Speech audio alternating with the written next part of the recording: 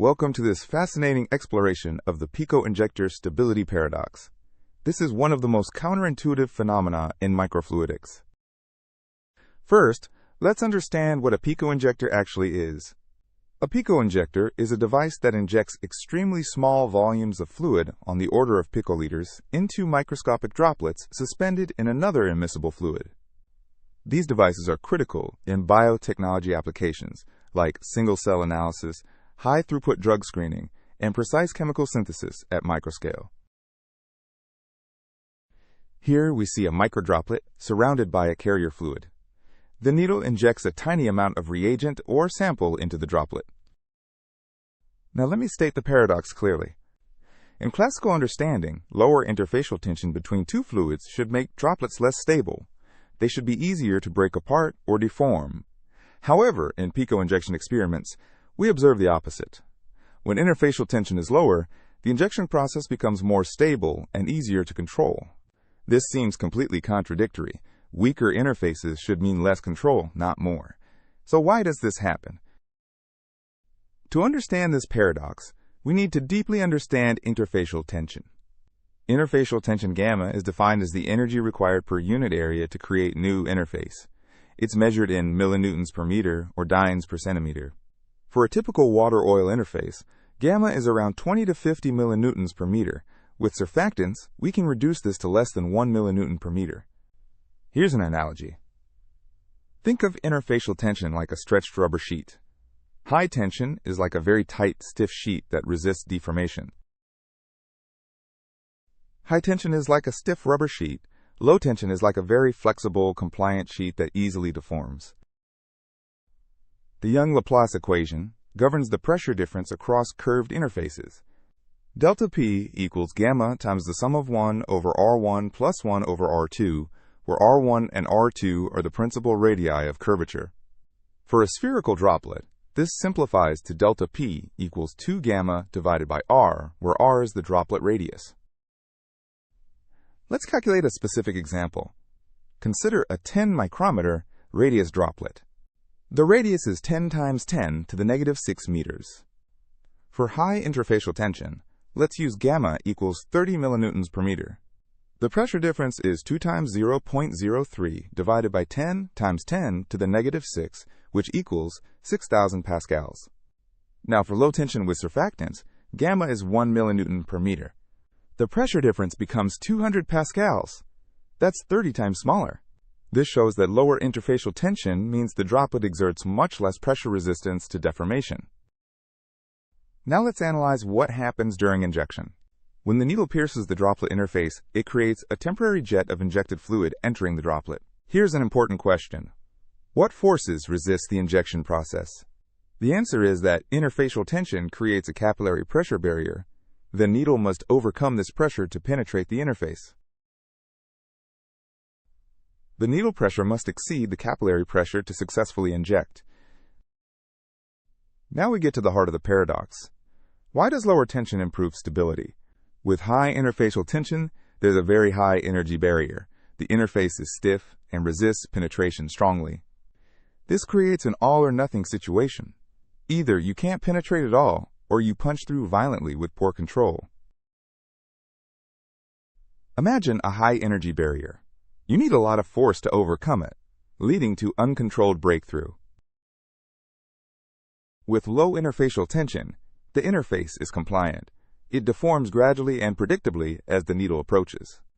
The interface can relax and adapt to the injection process. It's like pushing through a soft membrane rather than puncturing a balloon. A low-energy barrier allows gentle, controlled entry. The process is stable and reproducible. A dimensionless number that characterizes this behavior is the capillary number. The capillary number Ca equals mu v divided by gamma, where mu is viscosity, v is velocity, and gamma is interfacial tension. The capillary number represents the ratio of viscous forces to interfacial tension forces. When Ca is high, viscous flow dominates. When Ca is low, interfacial tension dominates the behavior. Let's estimate the capillary number for a typical injection scenario. The viscosity of water is about 0.001 pascal seconds. A typical injection velocity might be 0.1 meters per second. For high tension of 30 millinewtons per meter, Ca equals 0.003. For low tension of 1 millinewton per meter, Ca equals 0.1. That's 30 times larger. The higher capillary number means the flow is more dominant, leading to gentler, more controlled interface behavior. Let me give you a powerful analogy to understand this paradox. Think of a rubber balloon versus a soap bubble. The balloon has high tension and pops violently when punctured.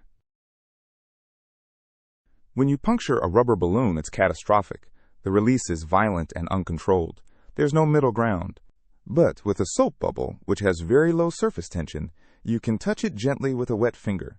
The interface deforms smoothly and predictably. This is exactly the Pico Injector Stability Paradox. Lower tension allows controlled interaction, even though the structure seems weaker. Another important dimensionless number is the Weber number. The Weber number equals RHO V squared L divided by gamma, where ρ is density, V is velocity, L is length scale, and gamma is surface tension. The Weber number compares inertial forces to interfacial tension forces. There's a critical Weber number that determines whether you get droplet breakup or stable injection. Typically, this critical value is around 1 to 10. You might ask, why does the Weber number matter for injection stability? The answer is that it predicts whether the injection momentum will cause the droplet to break apart or remain intact.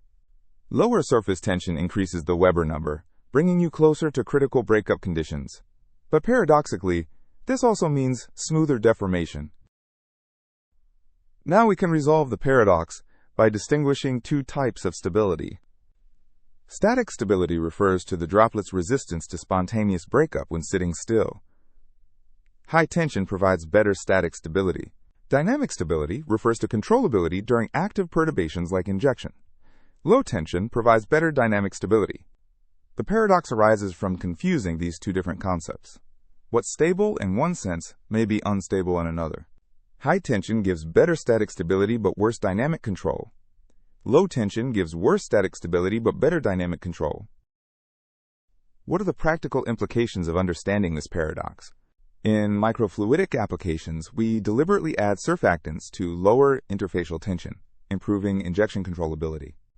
Common surfactants include span 80, tween 20, and various ionic surfactants, depending on the fluid system.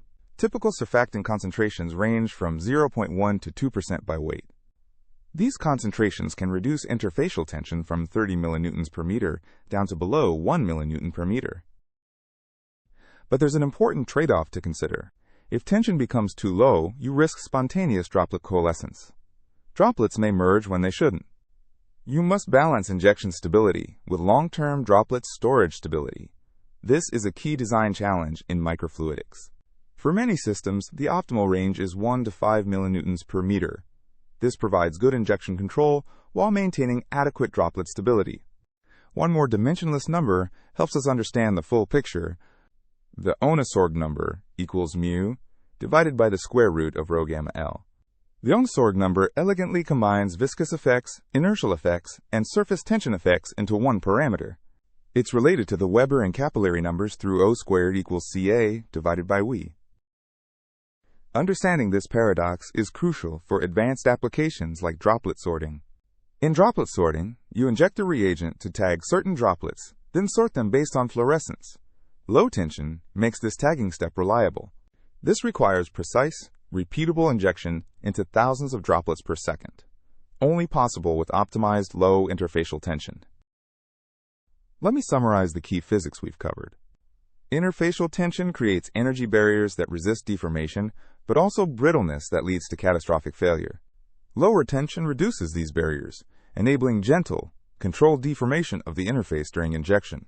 Dimensionless numbers, like the Capillary number, Weber number, and Ohnesorg number, predict different stability regimes. Static stability and dynamic stability are fundamentally different concepts that often work in opposite directions. Optimal surfactant concentration must balance injection controllability against spontaneous coalescence risk. Here's one final analogy that captures the essence of this paradox. In martial arts, there's a principle that yielding and flexibility absorb force better than rigid resistance. Similarly, a flexible low-tension interface yields to the injection needle, maintaining control throughout the process. A rigid high-tension interface resists stubbornly until catastrophic breakthrough occurs.